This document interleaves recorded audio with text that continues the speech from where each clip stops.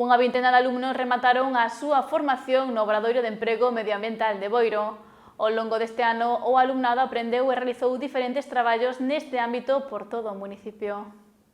O Pazo de Goiáns abría as súas portas para acoller hoxe o acto de clausura do Obradoiro de Emprego Medioambiental Torre Goiáns 3, que desenvolveu o Concello de Boiro. Por terceiro ano, 20 persoas formáronse nas especialidades de instalación e mantemento de xardíns e zonas verdes, en repobacións forestais e tratamentos silvícolas en 12 meses. Pasou rápido, o primeiro estábades así un pouquiño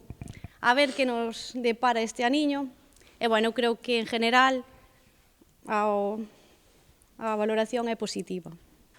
O alcalde do municipio, José Ramón Romero, agradeceu a implicación dos alumnos ao longo do ano que durou a formación. A verdade é que do equipo de goberno estamos a verdade que contentísimos con vos, dou gusto, bueno, e o que nos transmiten tamén desde a dirección e desde o profesorado, pois é todo positivo, a verdade é que un grupo homogéneo, un grupo que o dabades todo e bueno, e a verdade é que para nós é unha satisfacción ter alumnos e alumnas como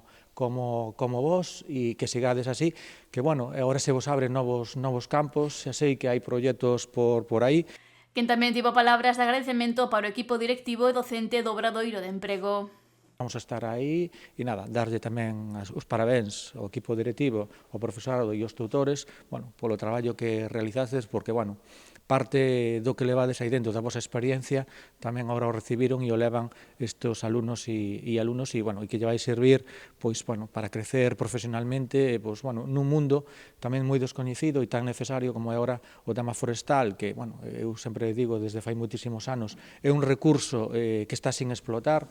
o temos todo e temos un monte impresionante que non lle estamos sacando o rendimento que deberíamos de sacar e depois o tema de xardinería, non? O mismo, a verdade é que dende este goberno apostamos por cambiar Boiro e un dos factores que estamos incidindo e creo que vai haber un cambio grande é o tema de xardinería, non?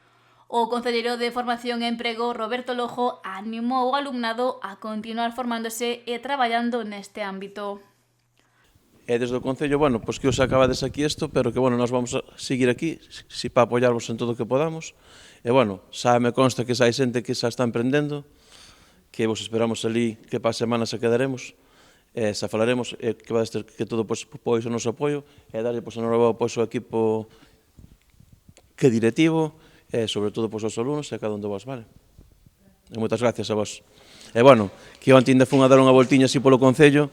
e que as vosas marcas que quedan por aí, as rotondas, o campo de fútbol e moitas cousas máis, vale?